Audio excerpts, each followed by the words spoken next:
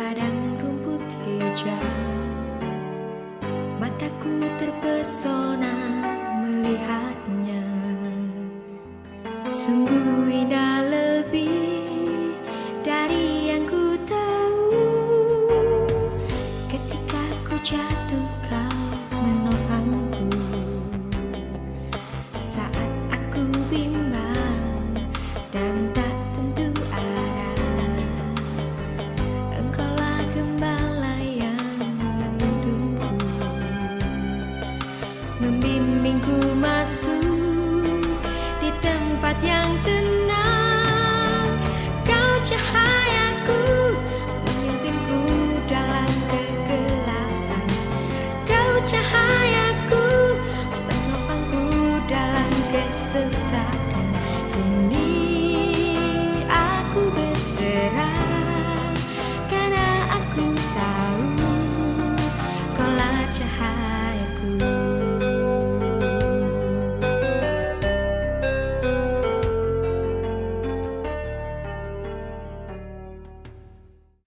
Kali ini kita akan belajar serial studi Kitab Wahyu yang ke-10.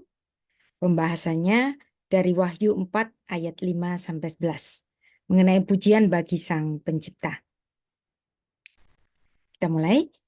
Beshem ha'af ve'haben ve'ruach hakodesh ha'elohim echad. Di dalam nama Bapa dan Putra dan Roh Kudus, Allah yang Esa. Amin.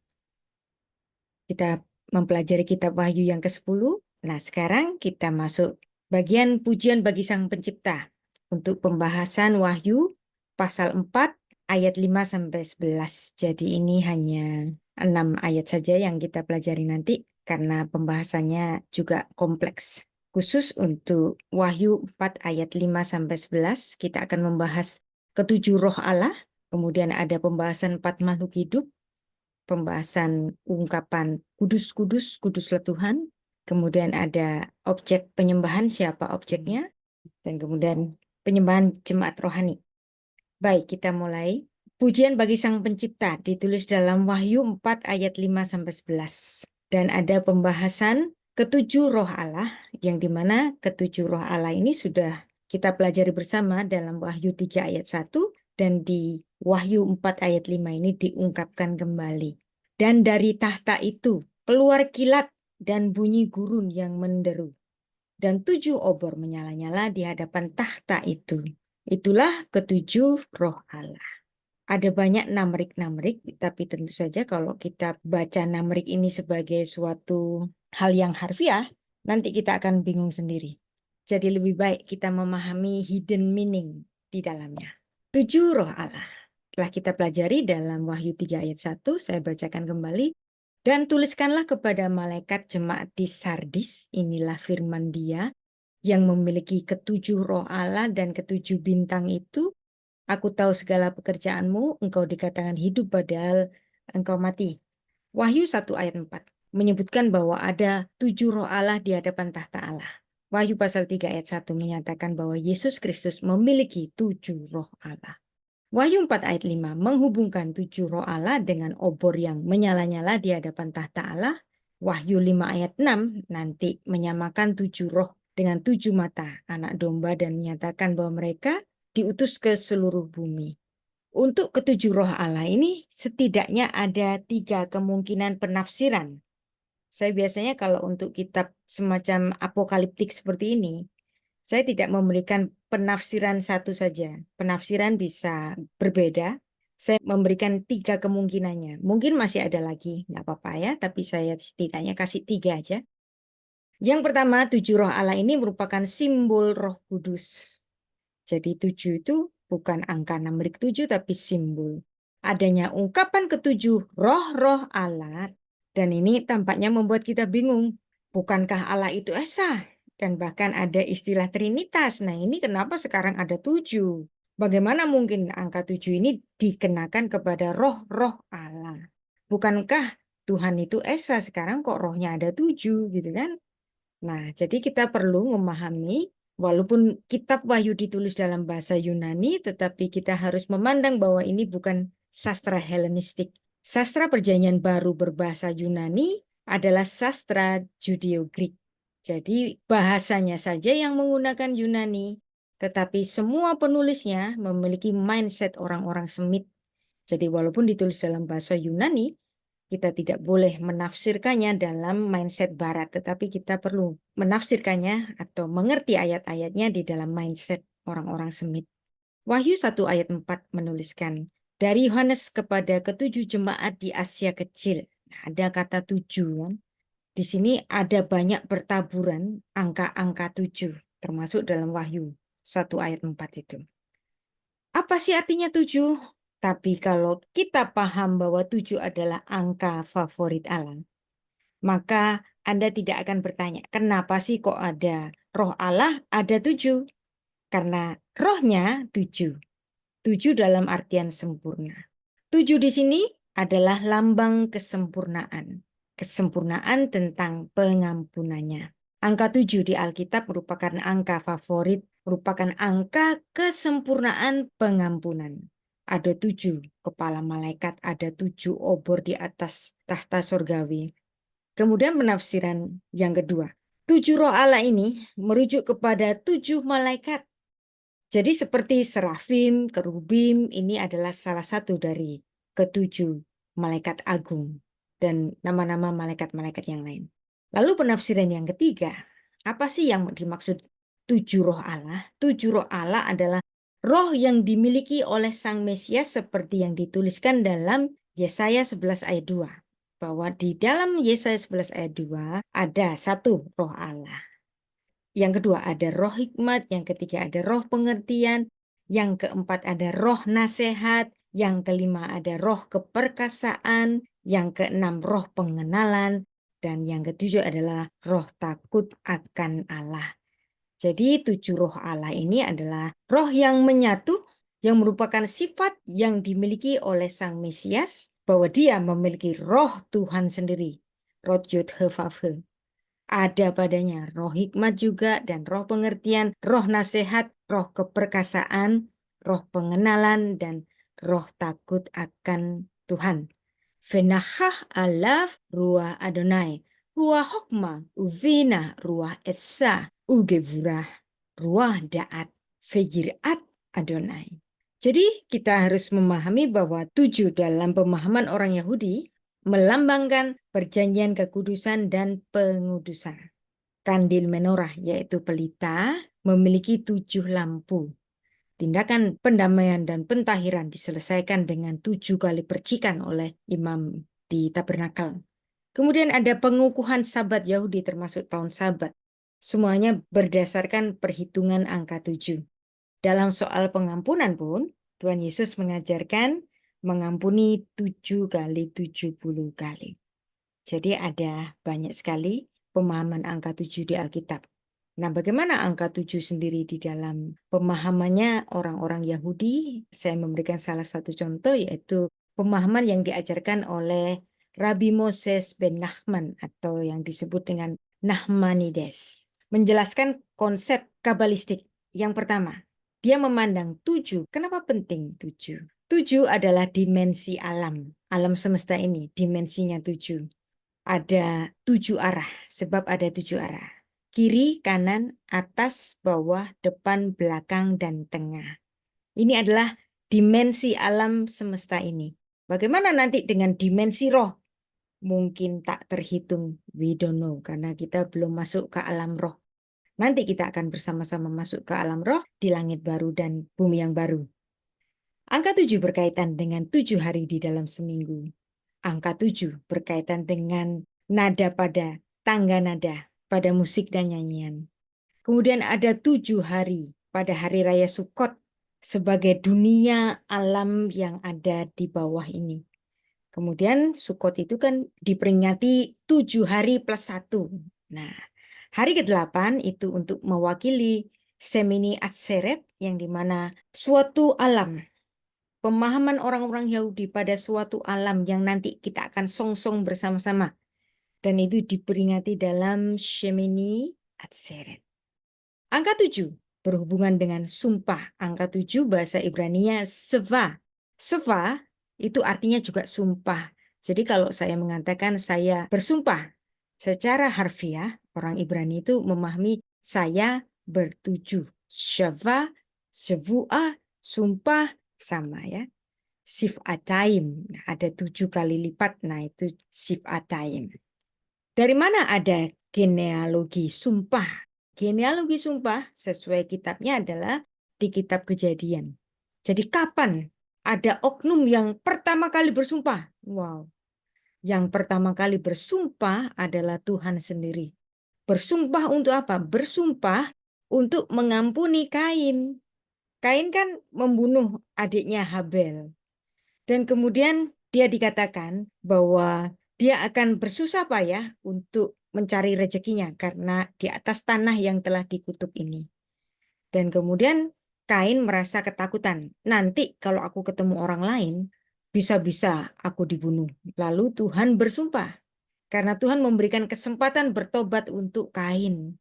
Tuhan bersumpah demikian, sekali-kali tidak barang siapa yang membunuh Kain akan dibalaskan kepadanya 7 kali lipat. Yang artinya angka 7 ini sebenarnya adalah angka yang dimana Tuhan memberikan pengampunan bagi Kain. Tapi sayangnya Kain tidak menerima kesempatan pengampunan itu. Kain berpaling dari wajah Allah. Jadi Allah sang empunya hidup, dia sungguh mencintai kehidupan. Iya betul, Kain itu membunuh adiknya Habel. Tetapi Tuhan tidak menuntut nyawa adiknya ini kepada Kain. Karena apa? Tuhan memberikan kesempatan kehidupan karena Tuhan mencintai kehidupan. Lalu Tuhan memberikan tanda bagi Kain supaya Kain jangan dibunuh orang lain. Lalu kita ada pertanyaan gitu kan. Loh, bukannya anak-anaknya Adam ini cuma 2, Kain dan Habel gitu kan? Kita harus mengingat bahwa Alkitab ditulis dalam budaya patriarki. Jadi di samping ada Kain dan Habel, nanti di Kejadian pasal 5 itu dituliskan pula bahwa Adam dan istrinya itu memiliki sejumlah anak-anak perempuan. Dan mereka inilah yang dimaksud. Karena mungkin mereka itu sayang dengan Habel gitu kan. Bisa jadi mereka menuntut balas kematian Habel. Tapi Tuhan mengatakan sekali-kali tidak. Bahwa Tuhan akan memberikan satu tanda supaya Kain jangan dibunuh oleh orang lain. Kenapa? Karena Allah memberikan kesempatan pertobatan, karena Allah tidak berkenan kepada kematian seseorang, Tuhan lebih berkenan kepada pertobatan. Dan pertobatan itu 7 kali lipat diberikan kepada Kain, sayangnya Kain tidak mengambil kesempatan itu. Dan inilah genealogi pengampunan dan sumpah yang dituliskan di dalam Kejadian 4 ayat 15. Angka 7, Sheva. Angka 7 juga dalam artian sumpah. Dan sumpah ini yang pertama kali yang melakukannya adalah Tuhan sendiri. Tuhan bersumpah kepada Kain untuk tidak membiarkan orang-orang lain untuk membunuh Kain. Kemudian pengampunan 7 kali lipat ini dikembangkan. Siapa yang mengembangkan? Nah, yang mengembangkan adalah Lamek. Siapa itu Lamek? Lamek adalah putra dari Kain. Jadi Kain di sini diberikan kesempatan pengampunan 7 kali. Lalu Lamek mengatakan, kalau Kain 7 kali, aku 70 kali. Dituliskan dalam Kejadian 4 ayat 24. Sebab jika Kain harus dibalaskan 7 kali lipat, maka Lamek 77 kali lipat. Jadi hitungan ini di kemudian hari dipakai oleh Tuhan Yesus. Tuhan Yesus ditanya oleh Petrus, berapa kalikah aku boleh mengampuni saudaraku? 7 kalikah? Nah, Tuhan Yesus mengatakan 7 kali 70 kali. Tuhan Yesus menggunakan formula yang ada di Kejadian 4 ayat 24. Jadi angka 7 adalah lambang kesempurnaan pengampunan. Kita baca Wahyu 4 ayat 5 lagi. Dari tahta itu keluar kilat dan bunyi guruh yang menderu. Dan 7 obor menyala-nyala di hadapan tahta itu. Itulah ketujuh roh Allah. 7 obor ini juga bisa merujuk kepada 7 lampu yang ada di dalam menorah. Yang dimana 7 lampu ini bisa dikaitkan dengan Yesaya 11 ayat 2 dan juga merujuk kepada Imamat pasal 23, merujuk kepada 7 hari raya. yang dirayakan oleh orang-orang Israel. Ketujuh hari raya itu adalah yang pertama Pesak, yang kedua adalah hari raya roti tak berlagi. Kemudian yang ketiga adalah hari raya buah sulung. Yang keempat adalah Shavuot. Apa itu Shavuot? Shavuot itu hari raya Pentakosta. Kemudian ada Yom Teruah. Yom Teruah itu adalah hari rame-rame, hari peniupan serunai, yang juga dikaitkan dengan hari raya Rosh Hashanah.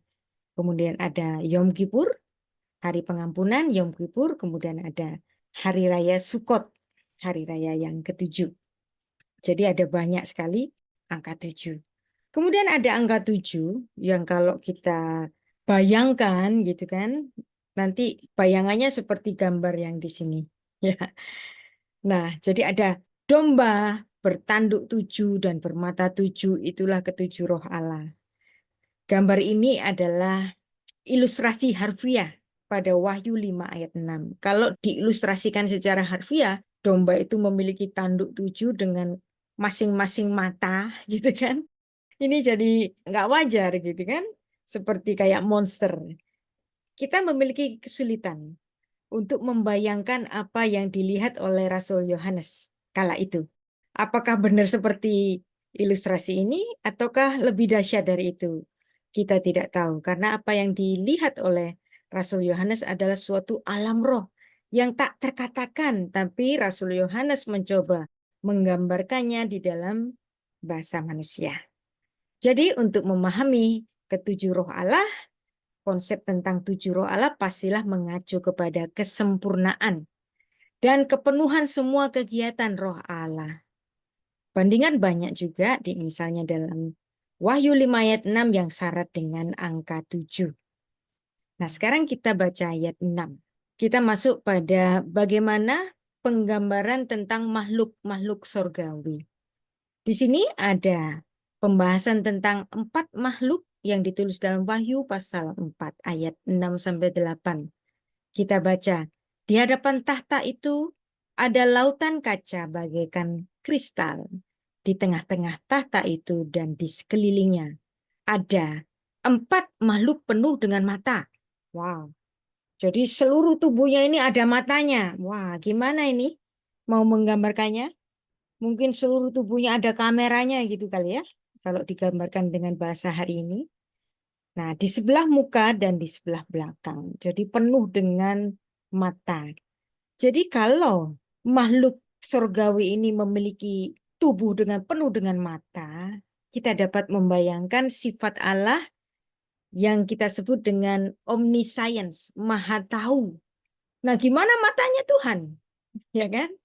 Kalau makhluk surgawi aja dikatakan bahwa tubuhnya penuh dengan mata. Ini gimana untuk menggambarkannya secara ilustrasi manusiawi? Ayat 7.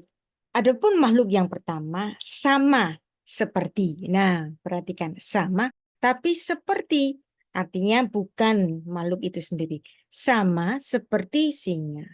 Makhluk yang kedua sama seperti anak lembu. Makhluk yang ketiga mempunyai muka seperti muka manusia. Dan yang keempat sama seperti burung nasar, burung elang yang sedang terbang. Nah, Anda bisa membayangkan burung elang yang sedang terbang, matanya sangat tajam sekali. Acara-acara dari National Geographic yang paling saya suka itu kalau mereka sedang menceritakan kehidupan elang, Raja Wali. Saya suka sekali binatang ini karena binatang ini sangat gagah dan sangat cerdas pula. 4 makhluk hidup dalam perjanjian lama itu juga pernah dibahas, jadi bukan cuma di kitab Wahyu ini. Atau mungkin karena Rasul Yohanes sangat memahami ayat-ayat dalam perjanjian lama, maka kemudian dia menggambarkan kembali, oh, apa yang aku lihat ini mungkin sama dengan yang digambarkan di dalam perjanjian lama, yaitu di dalam kitab Yehezkiel dan kitab Yesaya. Misalnya dalam kitab Yehezkiel pasal 1 ayat 1-28 dan kitab Yehezkiel pasal 10 ayat 1-22 memberikan penjelasan yang sangat rinci mengenai 4 makhluk yang adalah kerubin. Disebut 4 makhluk hidup sebab terdiri dari 4 muka makhluk hidup. Yang depan mukanya seperti manusia, yang kanan mukanya seperti Singa yang kiri mukanya seperti lembu, yang belakang mukanya seperti Raja Wali. Nah, di sini pastilah Rasul Yohanes mengingat terhadap apa yang telah ditulis oleh Yehezkiel. Oh, kayak yang dilihat sama Yehezkiel dong gitu. Keempat makhluk ini disebut sebagai malaikat kerubim.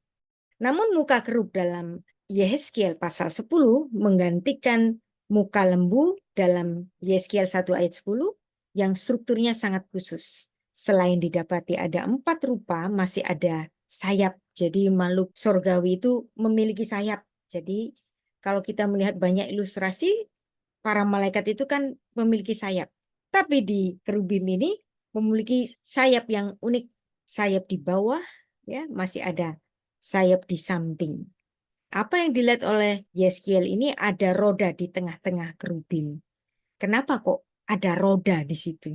Roda itu untuk menggambarkan bahwa malaikat pun bisa hadir kemana-mana. Dan ini pula untuk menggambarkan sifat kemahahadiran Tuhan. Pada saat roda berjalan boleh terbang ke 4 penjuru. Tahta Allah di dalam kitab Yesaya, dalam kitab Daniel, dan kitab Yeskiel digambarkan sebagai tahta yang bergerak. Nah, mungkin kegerakan ini digambarkan dengan roda ini. Anda harus mengingat bahwa roda adalah pemahaman orang zaman kuno untuk menggambarkan sesuatu yang mudah bergerak. Tapi hari ini, kalau bahasa hari ini, yang membuat barang bergerak itu nggak hanya roda, ya bisa juga rel. Ya. Bahkan rel dengan magnetik. Ada kereta maglev misalnya, itu nggak perlu roda kan, tapi dia bisa bergerak ke sana kemari. Tapi Anda harus ingat bahwa Rasul Yohanes adalah orang zaman kuno. Dia hanya dapat menggambarkan kegerakan itu dengan adanya roda. Dia menggambarkan dengan istilah yang dipahami oleh orang-orang zaman itu. Kalau zaman ini sudah enggak kali ya. Nah, bahkan hari ini kita bisa bergerak kemana-mana. Saya bisa bicara dengan Ibu Anita di Jerman. Saya bisa bicara dengan Pak Alex yang kadang-kadang di Belanda, kadang-kadang bisa ke Jerman, bisa ke Turki, bisa ke Israel. Saya bisa bicara dengan Ibu Dewi yang ada di Singapura. Kita pun bisa maha hadir di mana-mana, gitu kan? Jadi seperti malaikat ini. Nah, kenapa Rasul Yohanes tidak bisa menggambarkan bahwa kita pun bisa bertatap muka? Karena dulu Rasul Yohanes tidak memiliki bayangan bahwa teknologi di masa depan itu nanti ada Zoom meeting gitu kan. Jadi tentu saja Rasul Yohanes menuliskan wahyu yang dia terima sesuai pemahamannya kala itu, sesuai teknologi saat itu.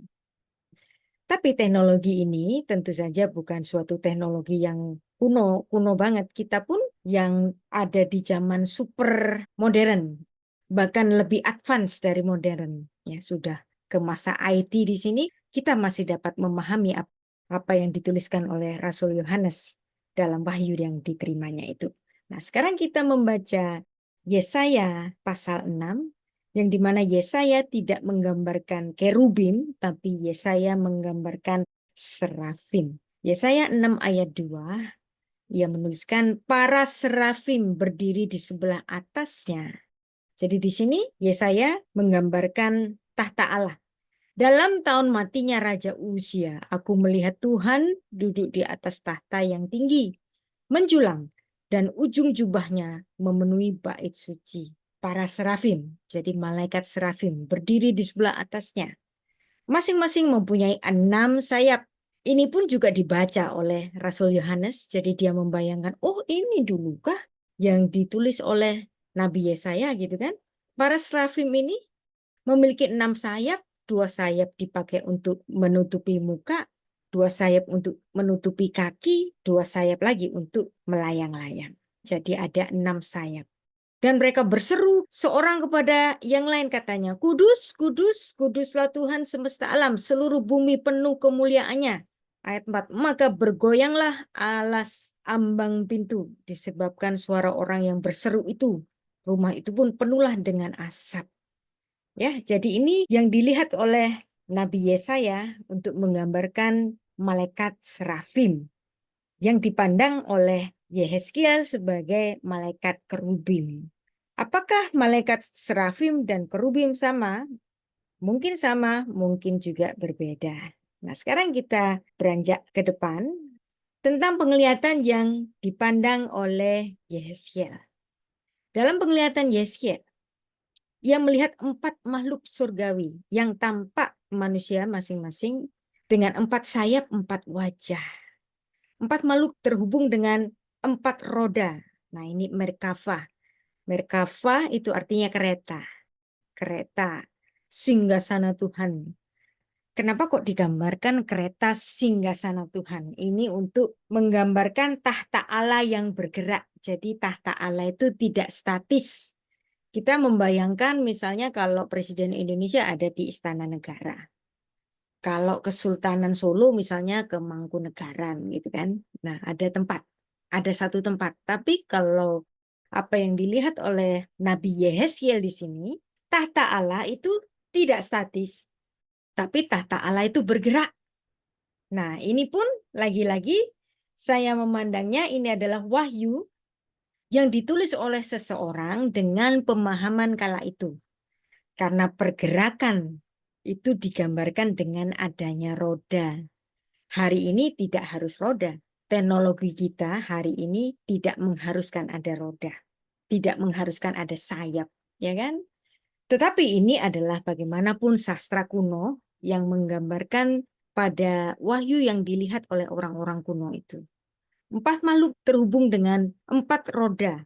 Kereta ini disebut dengan Merkavah, yang dimana mereka ikut bergerak. Jadi rodanya bergerak, makhluk ini ikut bergerak. Nah, rodanya entah bagaimana, kita nggak bisa membayangkan terhubung dengan makhluk itu. Karena makhluk itu sendiri juga memiliki sayap kan? Jadi apa urusannya dengan roda gitu? Kalau makhluknya itu memiliki roda. Saya memandang roda ini adalah suatu perlambangan. Perlambangan untuk menggambarkan tahta Allah yang bebas bergerak kemana saja, yang hari ini di dalam bahasa teologi itu disebut dengan Maha Hadir. Maha Hadir. Dia hadir di mana-mana. Dia Maha Kuasa dan dia Maha Tahu. Di atas makhluk dan roda yang bergerak adalah tahta hiasan. Kendaraan seperti kereta ini, nah yang disebut dengan Merkava, itu adalah lambang dari tahta Allah yang bergerak. Hari ini kata Merkava dipakai sebagai nama bagi tank buatan Israel. Jadi alat perangnya Israel, tanknya Israel itu disebut dengan Merkava. Kita baca Yeskiel 1 ayat 5. Tetapi masing-masing memiliki 4 muka, pada masing-masing ada pula 4 sayap. Kalau serafim tadi memiliki 6 sayap, di sini kerubim yang dipandang oleh Yeskiel memiliki 4 sayap. Ada perbedaan. Apakah perbedaan ini membuat makhluknya itu menjadi berbeda? Kita nggak tahu. Karena ini adalah persepsi yang ditulis oleh Nabi Yeskiel. Muka mereka kelihatan begini, ayat 10 ya. Keempat, mempunyai muka manusia di depan, muka singa di sebelah kanan, muka lembu di sebelah kiri, dan muka Raja Wali di belakang. Nah, ini adalah penglihatan yang dilihat oleh Nabi Yeskiel. Dan di ayat 10, ini ada beda lagi. Di samping kerup-kerup itu terdapat 4 roda. Masing-masing memiliki 4 muka. Muka yang pertama adalah muka kerup, yang kedua adalah muka manusia, yang ketiga ialah muka singa, yang keempat ialah muka Raja Wali. Jadi apa bedanya muka kerup dengan mukanya manusia? Apakah ada perbedaan? Kita juga tidak dapat memahaminya karena kita belum masuk ke dunia roh. Penggambaran-penggambaran apa yang digambarkan oleh para artis, para pelukis itu hanya imajinasi mereka saja. Nah, sekarang bagaimana dengan Merkava, kereta tahta yang bergerak? Nah, Merkava ini juga menjadi satu bahasan tersendiri dalam kabalahnya orang Yahudi. Bahwa dalam banyak pemikiran apokaliptik Yahudi. Nah, itulah kenapa disebut sastra apokaliptik. Sastra apokaliptik di dalam Perjanjian Lama itu menyangkut kitab Yehezkiel, kitab Yesaya, kitab Daniel, dan ada beberapa kitab-kitab yang lain. Dan yang di Perjanjian Baru, kitab apokaliptik. kitab pengungkapan dunia roh. Itu ada di kitab Wahyu. Tahta Allah tidak terletak di satu tempat di dalam pemahaman apokaliptiknya Yahudi, di dalam Merkava mysticism. Tahta itu tidak berdiri di dalam suatu istana atau di dalam suatu kuil tertentu. Tahta Allah adalah tahta yang bergerak, merujuk kepada kemahahadiran Allah. Dia mampu bergerak ke sana kemari. Kereta tahta ini disebut dengan Merkava. Ini menggambarkan gagasan Allah yang mobile, bisa ke sana kemari. Allah yang berbicara kepada saya di kota Surabaya hari ini adalah Allah yang sama bicara kepada Ibu Dewi di Singapura. Bicara Allah juga Allah yang sama bicara dengan Pak Eko yang ada di Kediri misalnya. Ya, jadi semuanya Allah yang sama, tapi tahtanya bergerak mobile ke sana kemari. Ini berbeda dengan pemahaman dewa-dewa Kanaan pada zaman itu, di mana dewa-dewa Kanaan itu adalah dewa-dewa yang tribal, dewa-dewa yang sesuai dengan sukunya masing-masing. Nah, dewanya orang Syria beda, dewanya orang Amon beda, dewanya orang Mesir beda. Tetapi Allahnya Israel ini adalah Allah bagi seluruh alam semesta, yang dimana dia bisa hadir, yang tidak terikat pada wilayah geografis tertentu. Berbeda dengan dewa-dewa Kanaan dan dewa-dewa pagan yang lainnya, biasanya berhubungan dengan dewa-dewa wilayah geografis.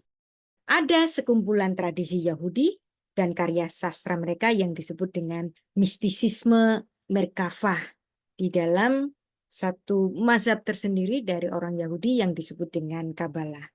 Nah, Kabbalah ini bisa macam-macam dan bentuknya sangat kompleks sekali. Saya tidak mempelajari semuanya, saya masih baru belajar mungkin kulitnya saja. Nah, sekarang kita memberikan satu perbedaan, tabel perbedaan antara serafim dan kerubim. Apakah serafim ini sama dengan kerubim? Antara yang di kitab Yesaya dan di kitab Yeskiel dan ada yang di kitab Wahyu. Di kitab Yesaya, serafim itu digambarkan sebagai makhluk hidup, yang dimana di Yeskiel digambarkan sebagai 4 makhluk hidup, sama seperti yang dilihat oleh Rasul Yohanes dalam kitab Wahyu. Dan ini ada perbedaan-perbedaannya, nggak perlu kita baca karena itu adalah pembahasan tersendiri dalam bahasan angelologi. Nah, sekarang pertanyaannya, apakah kerubim itu adalah 4 makhluk hidup?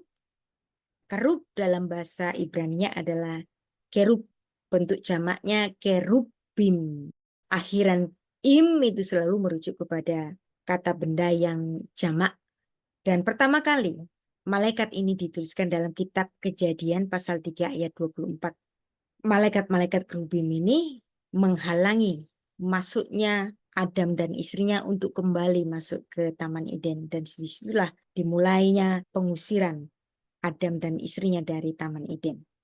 Ketika Tuhan menyuruh Musa untuk membuat tabut perjanjian, Tuhan menyuruh agar menempatkan 2 malaikat kerubim yang terbuat dari emas. Tuhan menyuruh Musa untuk membuat patung yang terbuat dari emas, patung kerubim. Dan ini ditaruh di atas tirai pemisah di antara tempat yang kudus dan tempat maha kudus. Dan haruslah juga menyulamkan kerub. Dan kemudian ketika Salomo mendirikan interior bait Allah, Salomo itu membuat 2 kerub dari kayu minyak. Jadi kerub ini sangat dikenal di dalam masyarakat Israel kuno. Bentuk 4 makhluk dalam kitab Yehezkiel melukiskan bentuknya dengan memakai ungkapan menyatakan muka dari 4 makhluk itu. NIV misalnya menerjemahkan look like, nampaknya seperti, yang artinya yang dilihat oleh Yeskiel sendiri itu bukan muka yang sebenarnya. Yeskiel hanya membayangkan dalam bahasa manusia, nampaknya seperti, look like. Dan bahasa ini pun, bahasa penggambaran ini pun dipakai oleh Rasul Yohanes ketika ia mendapatkan penglihatan tentang makhluk-makhluk yang ada di surga. Bagaimana penjelasan 4 wajah makhluk ini dalam sejarah gereja? Bapak Gereja Irenaeus berpendapat bahwa 4 makhluk itu mewakili 4 bentuk pekerjaan Yesus Kristus yang diwakili oleh 4 Injil, di mana wajah singa melambangkan pekerjaan yang keras dan kuat, menyatakan kuasanya sebagai Raja Wali atas segala raja, sebab singa adalah raja di atas segala jenis binatang. Dia adalah lion, the king. Dan lembu adalah sejenis binatang yang dipakai sebagai korban. Ini menyatakan pekerjaan penebusan Kristus, pekerjaan mempersembahkan korban oleh imam besar. Dan manusia, penggambaran manusia ini menyatakan inkarnasi Kristus yang tinggal di antara manusia, yang penuh dengan anugerah dan kebenaran. Dan bagaimana dengan penggambaran Raja Wali? Menggambarkan karunia Roh Kudus yang mengembangkan sayapnya di atas semua jemaat. Jadi di sini menurut Bapak Gereja Irenaeus, singa itu melambangkan Injil Yohanes. Yang dimana Injil Yohanes mencatat Yesus Kristus sebagai anak tunggal Bapa, yang dimana segala sesuatu diciptakan oleh Dia.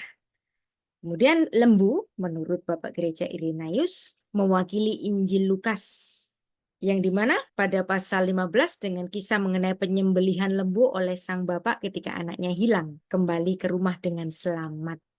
Bagaimana dengan wajah manusia? Ini untuk mewakili Injil Matius, di mana pasal 1 mencatat mengenai silsilah Kristus sebagai manusia.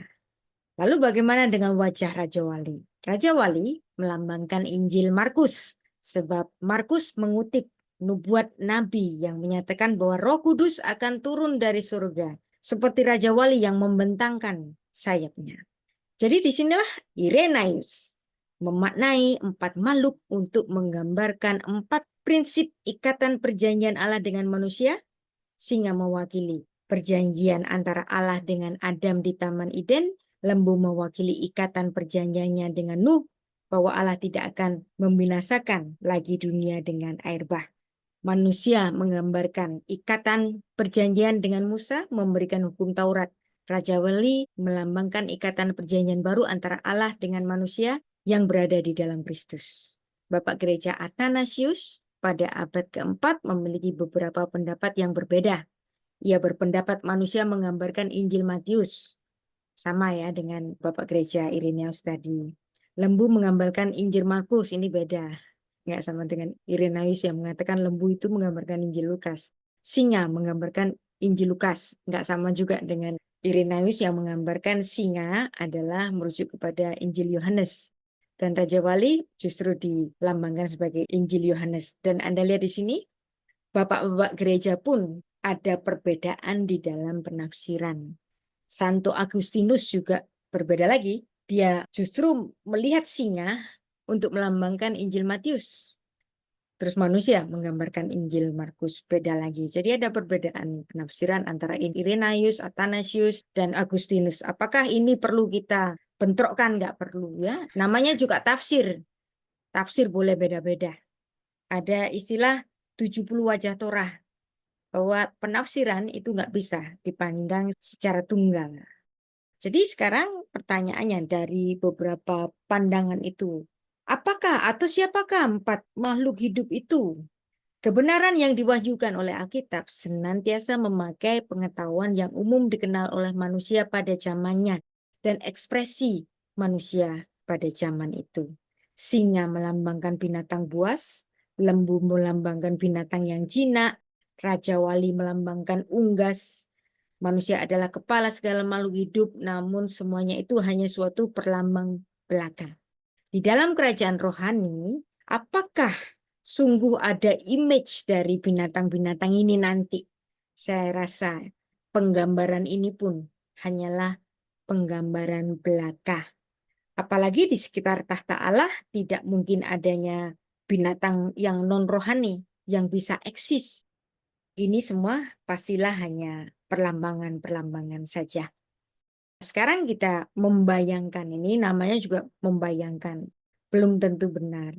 Nah, di sini ada penggambaran tentang serafim yang memiliki 6 sayap, 6 jenis sayap. Dan serafim ini dari kata saraf, saraf itu artinya bersinar. maka serafim ini adalah malaikat terang. Jika serafim ini adalah malaikat terang, kemungkinan iblis berasal dari golongan serafim. Bisa jadi, tapi ini hanya suatu penafsiran saja. Jadi kata Ibrani serafim adalah kata benda jamak dari kata saraf. Nah, saraf ini bisa dalam artian berbisa, bisa mematikan. Kemudian bisa dalam artian berapi, memiliki cahaya. Dan bisa membuat sesuatu menjadi panas. Jadi itulah makna dari saraf. Yang bisa memberikan cahaya terang karena dia memancarkan api. Serafim ini digambarkan sebagai makhluk yang bersayap 6. Kedua sayap dipakai untuk menutupi mukanya, kedua sayap dipakai untuk menutupi kakinya, dan kedua sayap lainnya dipakai untuk melayang-layang. Nah, apakah melayang-layang itu perlu sayap? Nah, apakah malaikat itu pasti bersayap? We don't know. Mungkin saja sayap yang digambarkan oleh para penulis kuno itu adalah untuk menggambarkan bahwa Alkitab itu juga bisa bergerak secara bebas, bisa bergerak bebas kemana saja. Sehingga pergerakan bebasnya ini digambarkan dengan adanya sayap. Dan sayapnya bukan cuma 2, tetapi 3 pasang, sehingga ada 6 sayap. Di dalam Yesaya 6 ayat 1, sudah membaca tadi ya, Bisnat mod hamelek usiyahu fa ereh meleim et haihehal. Haihehal di sini artinya bait Allah, karena bait Allah itu juga disebut sebagai place. Tempat kudus bagi Yesaya saat itu, konotasinya itu pastilah bait Allah. Tapi pastilah tempat kudus Allah ini tidak terbatas pada bait Allah saja. Dan di tahta Allah itu ada kaum serafim. Ada para serafim, ini adalah bentuk jamaknya. Berdiri di sebelah atasnya, masing-masing memiliki 6 sayap. Kedua sayap dipakai untuk menutupi muka mereka, kedua sayap dipakai untuk menutupi kaki mereka, dan kedua sayap dipakai untuk melayang-layang. Nah, apa yang dilakukan oleh para serafim ini menarik. Yesaya 6 ayat 3. Bekara ze el ze va omer kadosh kadosh kadosh Adonai Sevaot melo kol haaretz kevodo. Jadi di sini serafim ini menyebut kekudusan Allah. Kekudusan Allah yang sungguh amat kudus. Sehingga untuk menyebut kudusnya Allah itu nggak bisa sekali. Karena Allah itu maha kudus. Bagi orang Yahudi, menyebut sesuatu sekali itu biasa. Kalau 2 kali itu very. Suatu konfirmasi, Tuhan sangat kudus. Tapi Tuhan itu bukan cuma sangat kudus. Tetapi Tuhan itu extremely kudus.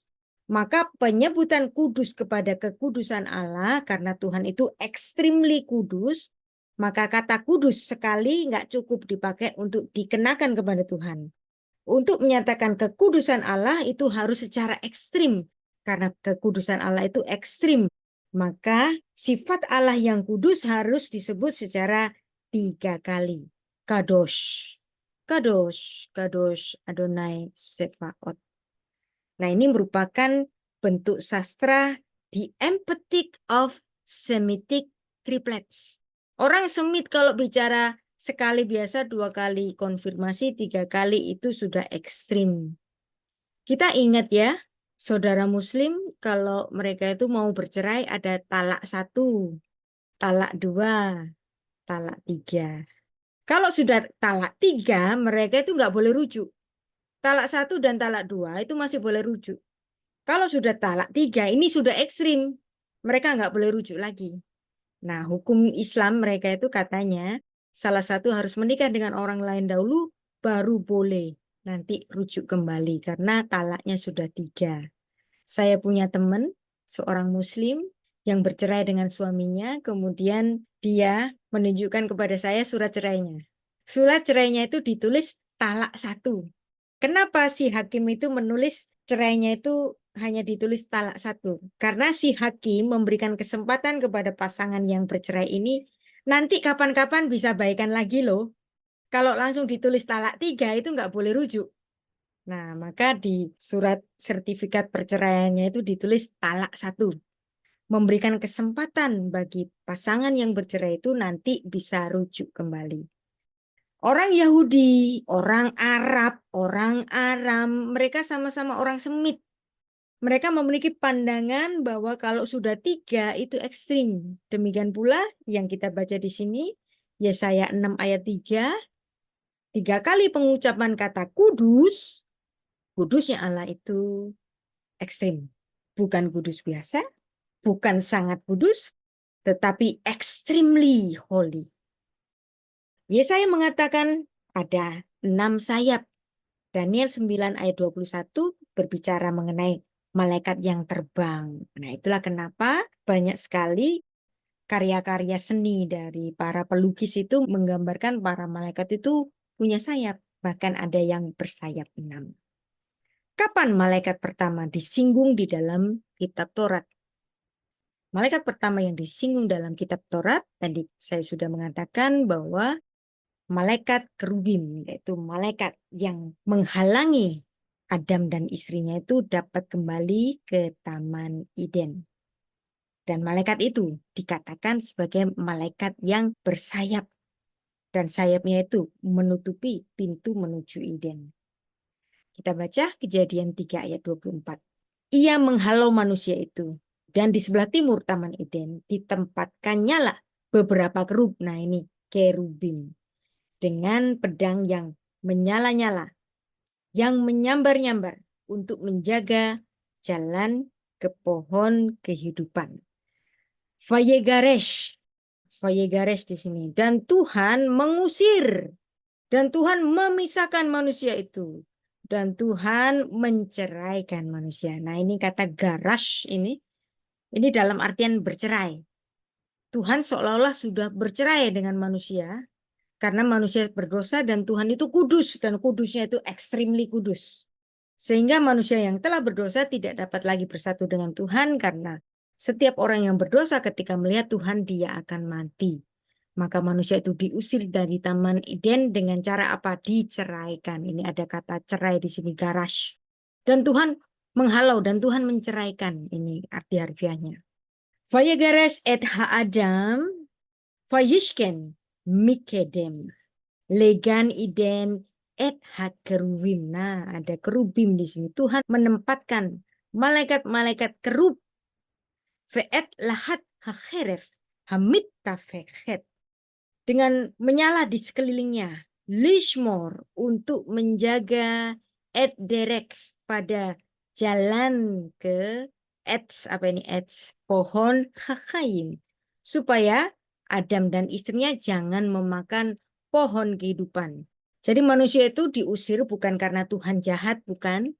Karena supaya manusia itu jangan makan buah dari pohon kehidupan. Karena di dalam keberdosaan manusia, kalau dia makan buah kehidupan, Tuhan tetap membiarkan manusia ini menjadi makhluk yang mortal, bisa mati. Biar saja dia bisa mati. Dengan cara manusia bisa mati, maka akan ada penebusan mati ganti mati. Kalau manusia ini nggak bisa mati, tidak akan ada sistem penebusan mati ganti mati. Jadi, mengusir manusia dari Taman Eden adalah kebaikan Allah untuk tidak menjadikan manusia itu hidup selamanya di dalam keberdosaannya. Manusia berdosa, ya itu sudah terlanjur. Tapi Tuhan menghalau manusia ini untuk menjadi makhluk yang mortal di dalam keberdosaannya supaya dosanya itu dapat ditebus. Malaikat yang jatuh ke dalam dosa, mereka tidak dapat ditebus. Karena apa? Karena malaikat adalah makhluk yang immortal. Kalau malaikat itu sampai berdosa, maka dosanya menjadi immortal pula. Tuhan tidak mau menjadikan manusia itu menjadi immortal. Tuhan membiarkan manusia menjadi mortal. Nah, ini penggambarannya dengan pedang yang menyala-nyala, dengan sayapnya itu malaikat kerub atau malaikat kerubim menghalangi jalan masuk ke Taman Eden. Ya, nah sekarang ada penggambaran yang menarik. Ketika Tuhan menyuruh Musa untuk membangun tabernakel kemah suci, Tuhan itu khusus menyuruh Musa membuat suatu tabut yang ada patungnya. Patungnya patung apa? Patung kerubim yang sayapnya terbuka.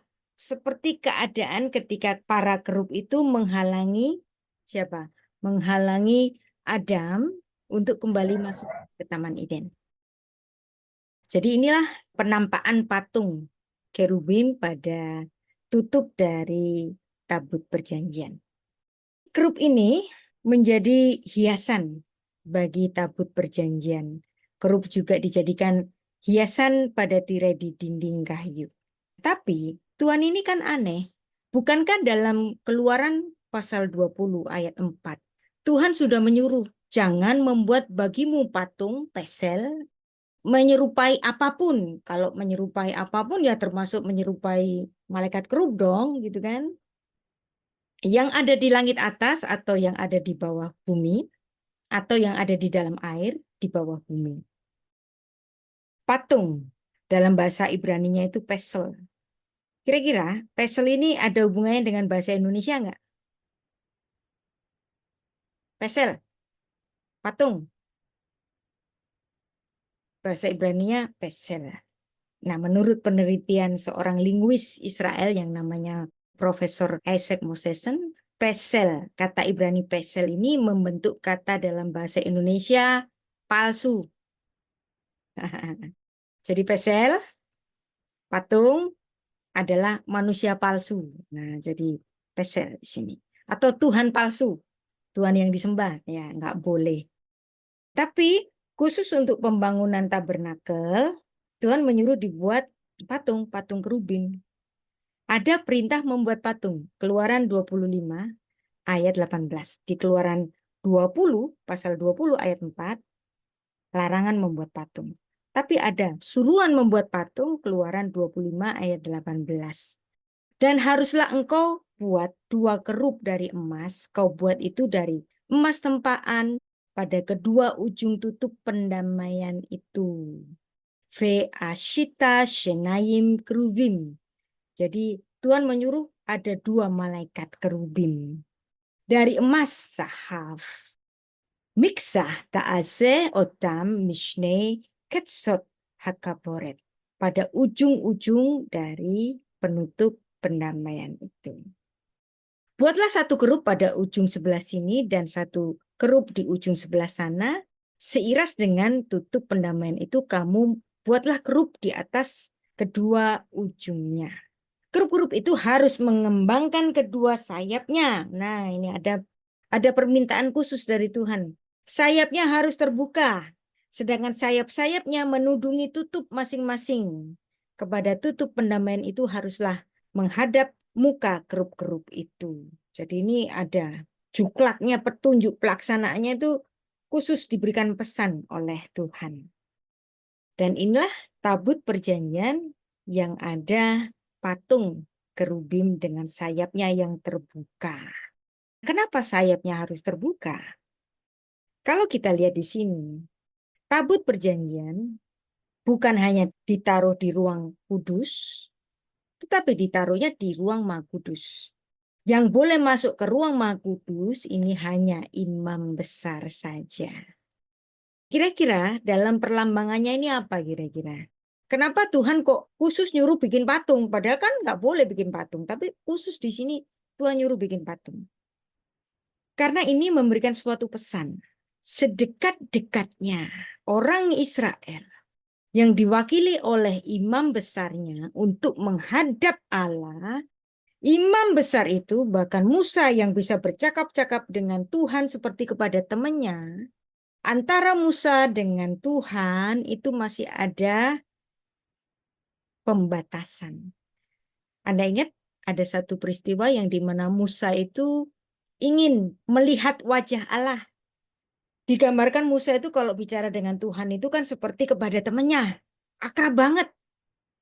Bisa saling mengoreksi bahkan antara Tuhan dan manusia Musa ini. Nah, tapi kenapa Tuhan masih menggambarkan aku sama kamu itu nggak sama, nggak bisa dekat. Ketika Musa memohon-mohon, Tuhan aku pengen lihat wajahmu, tunjukkan kemuliaanmu padaku. Terus Tuhan mengatakan, kalau kamu melihat wajahku, kamu akan mati. Tapi kamu bisa melihat punggungku saja. Yang artinya masih ada batasan antara manusia dengan Tuhan. Batasannya apa?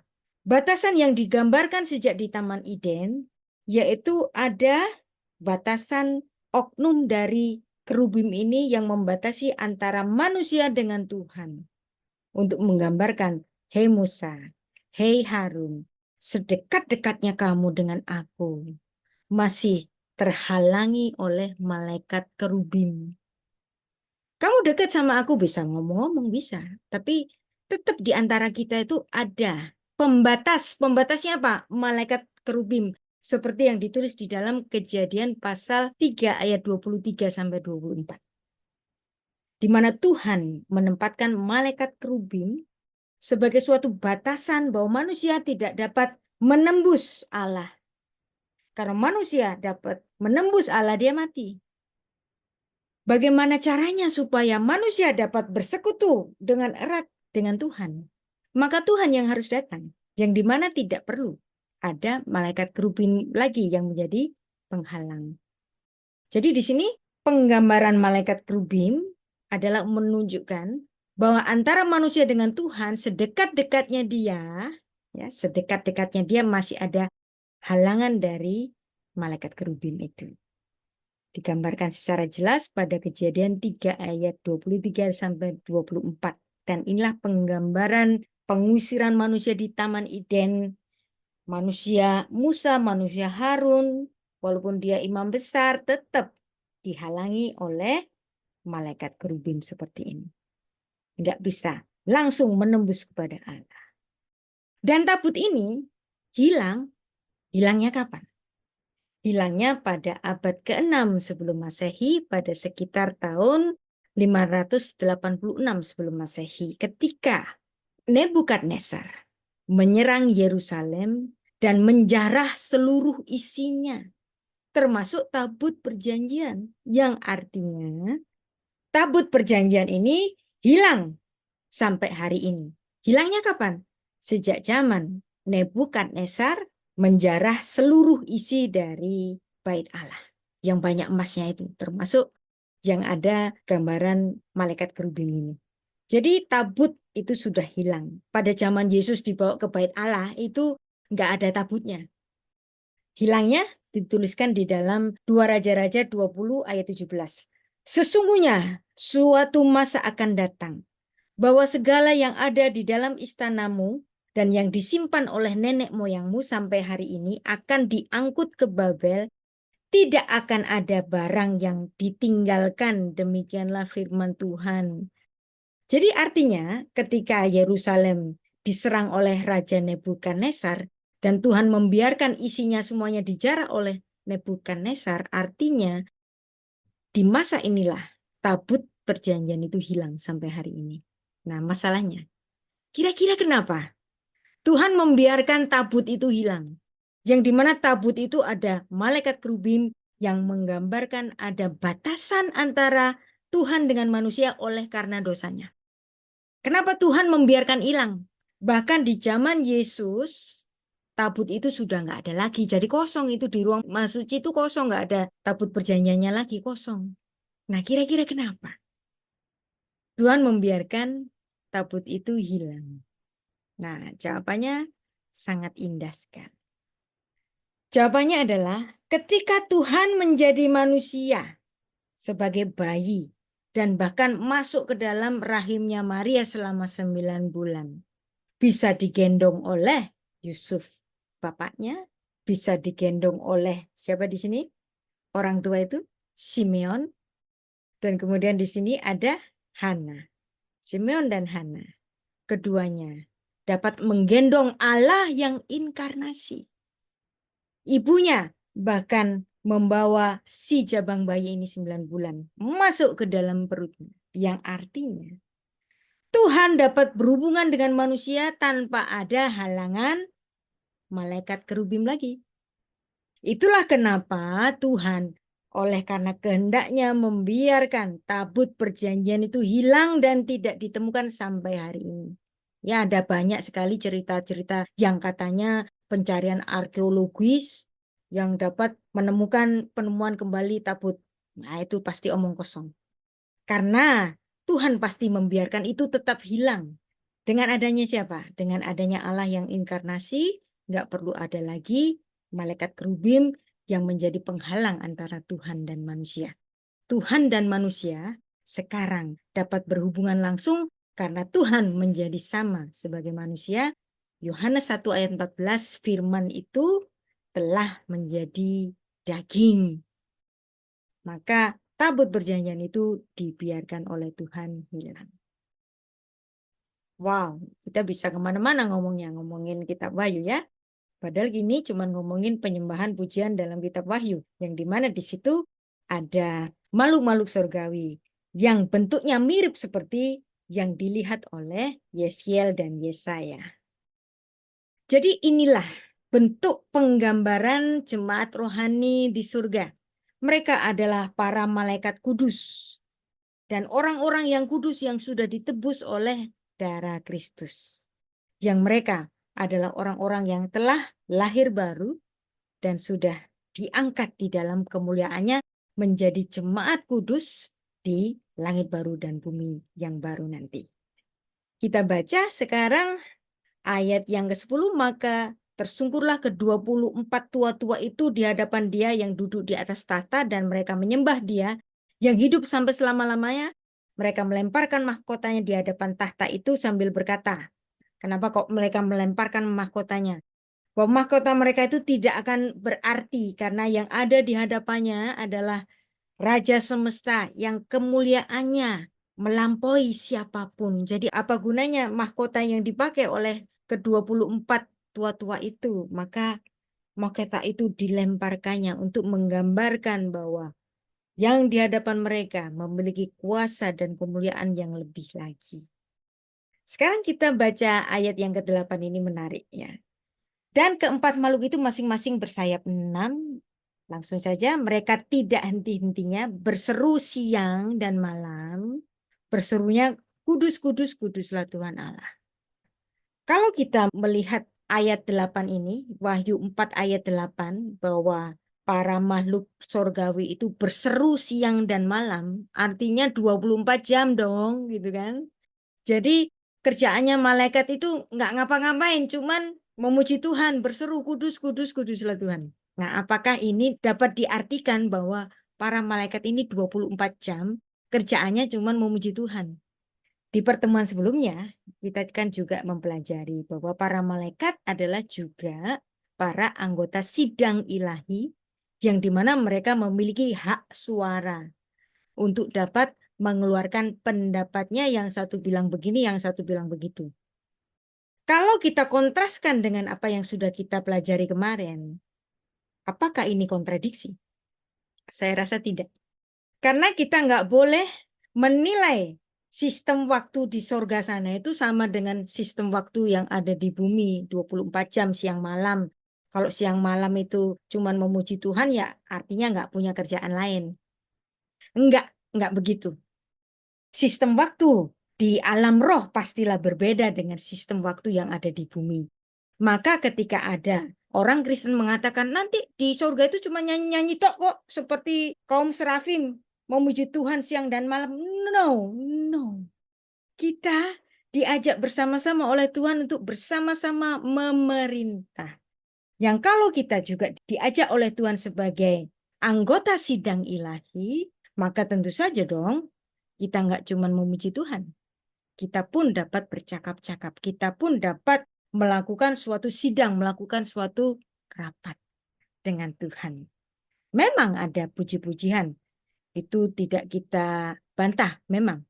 Tapi siang malam di sini tidak boleh diukur dalam kurun waktu yang ada di bumi ini.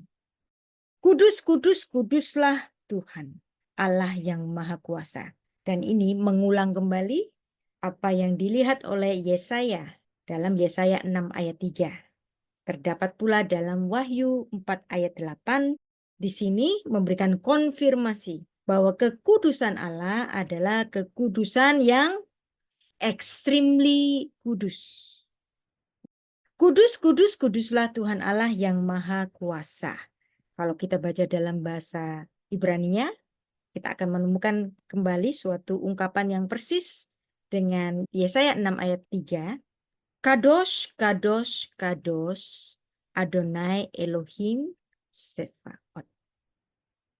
3 kali pengulangan adalah hasakah, adalah extremely, mengungkapkan kekudusan Allah. Dan inilah hasakah, ungkapan khas Semitik orang-orang Timur, ya, orang-orang Semitik, nggak cuma Yahudi saja, buktinya Arab, ada sistem talak 3 gitu kan.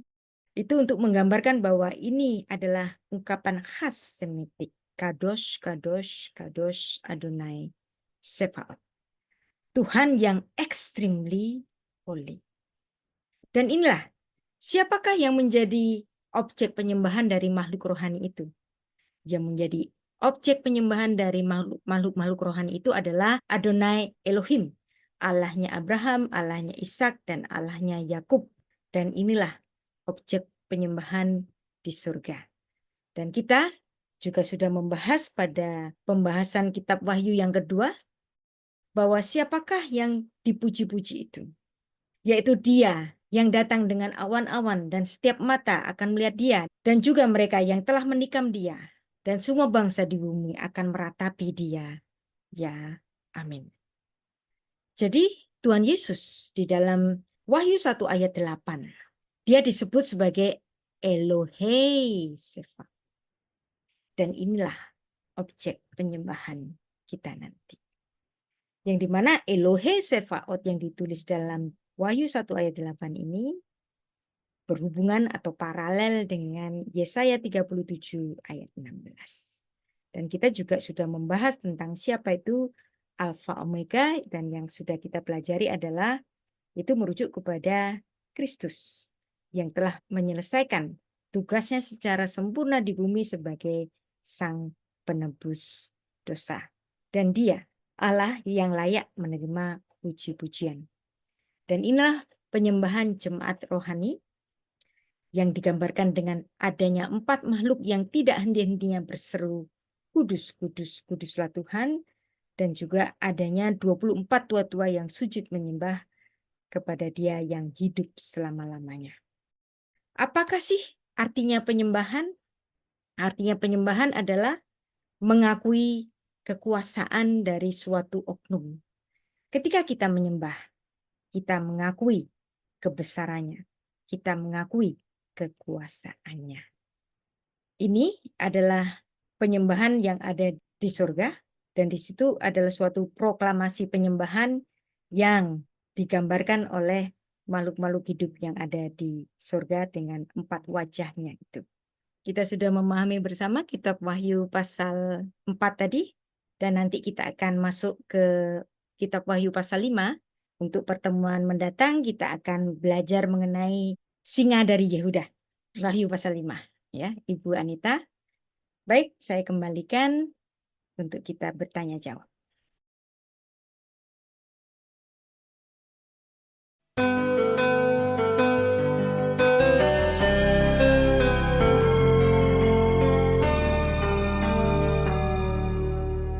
Syukur atas kasih yang dicurahkan,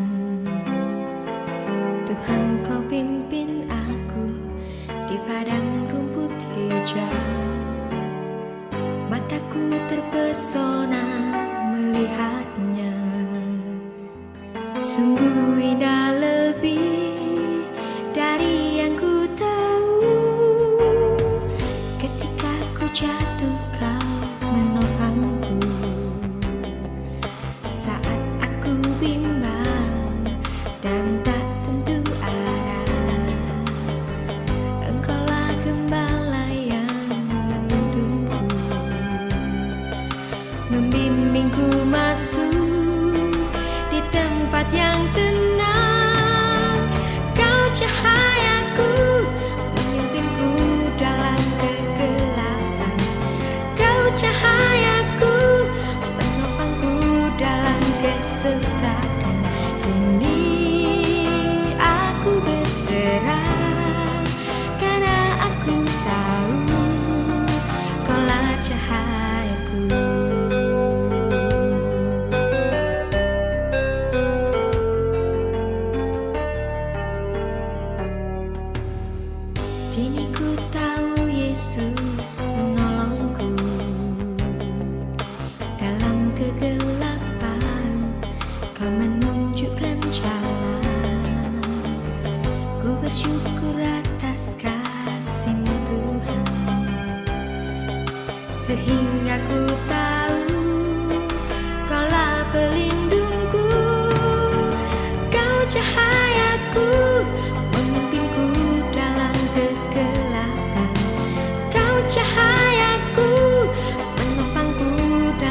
kesesakan.